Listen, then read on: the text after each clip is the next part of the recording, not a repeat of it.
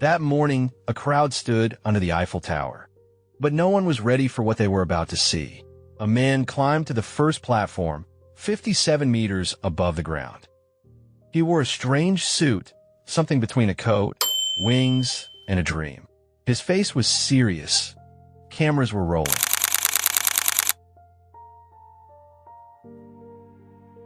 In just a few seconds, he made a choice that would be remembered forever. And only 4 seconds later, his dream was gone. The real footage still exists. It was banned in some countries. And one question still remains, was he a brave inventor? Or just a man who believed too much in his own dream?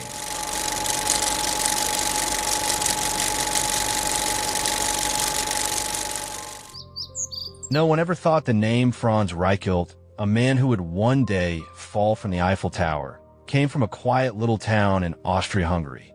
He wasn't an inventor. He was an engineer. He wasn't a pilot. He was just the son of a wool merchant, growing up in a small house filled with fabric, scissors, and the sound of sewing. Franz learned to sew when he was young. He helped his father cut fabric and draw patterns for the shop.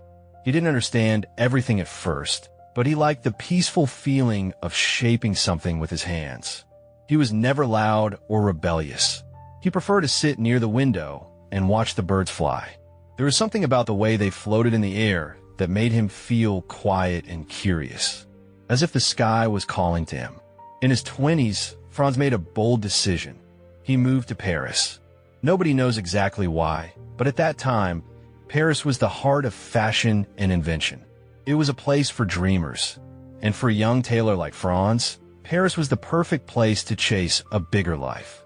He opened a small tailor shop on Rue Gaillon. His suits were neat, detailed, and well-made.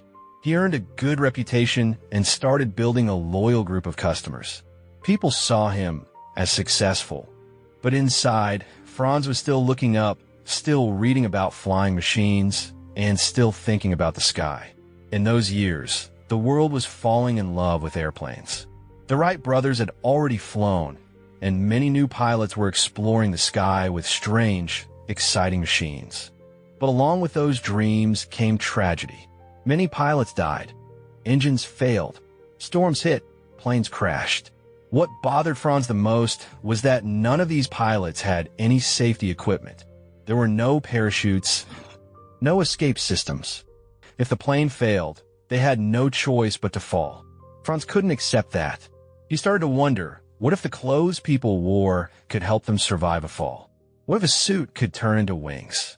So, Franz began designing something no one had ever seen, a flying suit. It looked like a long coat, but inside it had special folds and lightweight frames. It was made from silk and canvas. The idea was simple. When someone falls, the suit would open up and slow their fall. Not a big military parachute, but something small, practical, and wearable for pilots. He spent long nights working alone. He changed the materials, he restructured the shape of the wings. He even created a system that could open the suit automatically when the air pressure changed. His hands were steady, and his heart was full of hope. He tested it, first on dummies, which he threw from the window of his apartment. But the results were always the same: failure. The suit didn't open. The dummies hit the ground. Friends told him to stop. Some mocked him. The newspapers laughed. Scientists said it was impossible. But Franz believed the real problem wasn't the suit. It was the height. The test drops were too short. The suit didn't have enough time to open. What he needed was a much higher place to jump from. Slowly, his dream became an obsession. Franz stopped going out. He kept his shop closed more often. He locked himself in his room and stared at the suit hanging on the wall. He believed more than ever, if no one else would try, he would do it himself. Then came the opportunity he had been waiting for. In early 1912, the city of Paris announced that members of the public could test new safety inventions from the Eiffel Tower. At the time, the tower was often used for experiments like this, as long as no one was put in danger. Franz applied in the official papers. He wrote that he would test his device using a dummy. The city approved the request. But Franz had no plan to use a dummy. Only he knew the truth, The night before the big test, his room was quiet. The suit was ready he slowly put on, then stood in front of a mirror. He didn't see a tailor anymore. He saw someone who, brave or foolish, had made a decision no one could stop. He looked at his reflection and whispered softly, "If they don't believe me, then I'll jump myself." Outside the window, the sky over Paris was calm. But in Franz Reichelt's mind, the sky was a battlefield. And the next morning, he would be standing at the edge of it. Morning light started to touch the city of Paris. But inside the small room where Franz lived and worked, the night hadn't ended. He hadn't slept. His invention, the flying suit, was still hanging nearby. The mirror in front of him reflected a man who had made a decision, one that couldn't be undone. At the end, he had whispered, "If they don't believe me, then I'll jump myself." And from that moment on, there was no turning back. Weeks earlier, Franz had been busy testing his flying suit. He dropped dummies from his apartment window, from rooftops, even from an old church tower. He tried different heights, but the result was always the same. The parachute didn't open. The dummies hit the ground hard. No slowing down, and no success. Each failure pushed him deeper into his thoughts. But not to give up, no, never. Instead, Franz became even more focused. He took notes after every test. He wrote about wind direction, fall speed, and how the fabric folded. Then, he made improvements that he tried using lighter fabric, thin canvas lined with silk. He adjusted the shoulder structure so the wings would open faster. He even built a basic automatic system that would react to air pressure during a fall. But no matter how many changes he made, the results didn't change. The dummies still fell. People began to laugh. Some made jokes in the newspapers. They called him the Flying Tailor, not with respect, but with sarcasm. Scientists said his tests were dangerous. His neighbors stayed away, and even his regular customers stopped coming to his shop. But Franz didn't care. To him, every rejection was fuel. If the world wouldn't listen, then he would make sure the world couldn't ignore him anymore. He shut himself off completely. No more store hours, and no more small talk. Just the sound of scissors, torn fabric, and pages of sketches taped to his wall. Some looked like bat wings, others like seagull shapes. He even started talking to himself while measuring sleeves, like the suit was the only one who truly understood him. And then, in the middle of that silence, came a piece of news that lit up his eyes. The city of Paris was allowing people to test safety devices from the Eiffel Tower. This wasn't unusual at the time. The Eiffel Tower was often used for public experiments. The city allowed inventors to test safety tools, as long as no one was put in danger. Franz applied immediately. In the form, he wrote clearly, "Testing safety device. Dummy will be used." But only he knew the truth. There was no dummy. There never would be. He spent the next few days building what he called his final version. The best he had ever made. Light, yet strong. The folding wings were designed to open automatically during the fall. He added a small harness at the waist. He even sewed in a leather belt to keep the suit steady in midair. Everything was ready. The night before the test, Franz sat alone in his small room. The only sound was the ticking of a clock. In front of him, the suit hung neatly, silent, clean, like a performer waiting behind the curtain. Franz stared at it for a long time. Then slowly, he reached for his notebook, turned to the last page, and wrote, "Tomorrow, I will change history. And if I fail, at least I tried." He closed the book quietly to no tears, no fear. Just silence and a promise to himself that tomorrow morning the world would finally see what he believed all along. The morning was cold and quiet in Paris. A strange kind of silence covered the city, like the calm before something heavy. Inside his small room, Franz Reichelt carefully folded his final flying suit. His hands moved slowly, not because he was afraid, but because he knew this was the last version he would ever make. On the final page of his notebook, he had written, "Tomorrow, I will change history. And if I fail, at least I tried." Now, he had come to keep that promise. It was February 4th, 1912. Franz arrived at the Eiffel Tower around 8 a.m. He wore a long coat over his invention. In his hand was a small suitcase. Inside were his tools, his notes, and whatever hope he had left. Below the tower, a small group of journalists, police officers, engineers, and photographers had already gathered. Some were setting up cameras, some were laughing quietly.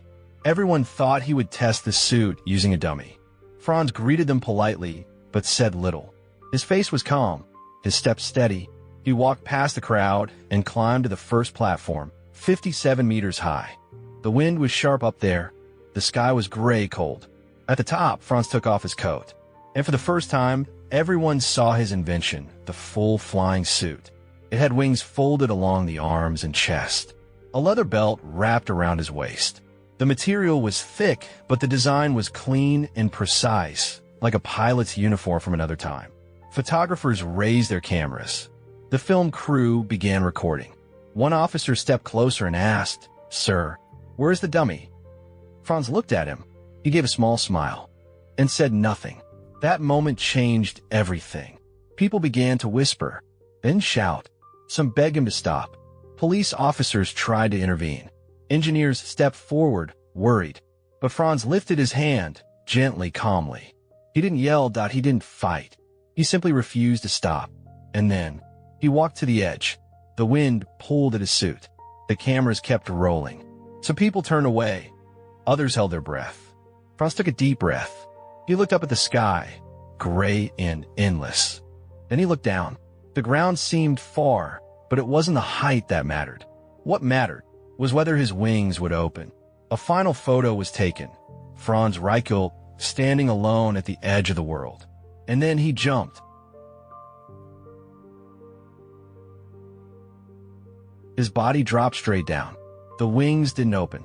No slowing, no gliding. Just falling. For seconds.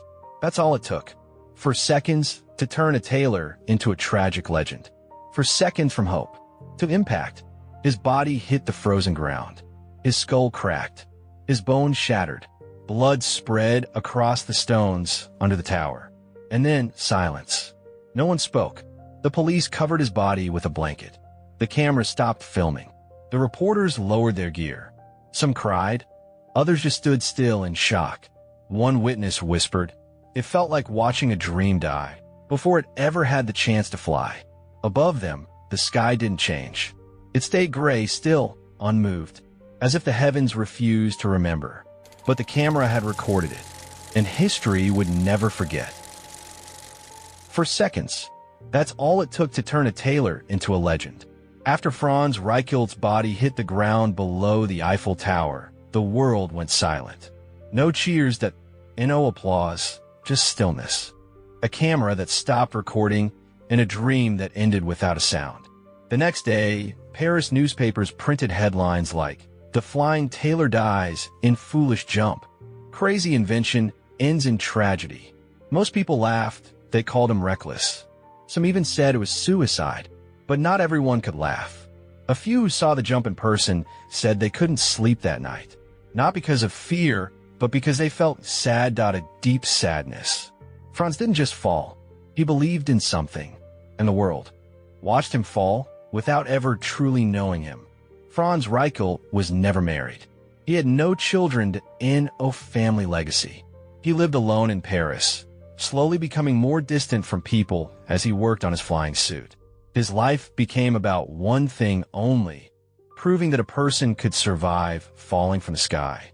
After his death, the government quickly reviewed its public testing rules. Even though there was no permanent ban, the Eiffel Tower was never again used for human experiments. There was no punishment for his family, but there was also no recognition. No medal, no apology. Just silence. But silence doesn't last forever. Years later, people rediscovered the old video of Franz's jump, one of the first tragic moments ever caught on film. At first, people used it as a joke, then as a warning, and slowly, it became something else, a symbol of a man who dared to do something the world wasn't ready for. And strangely, in the world of aviation, his ideas didn't die completely.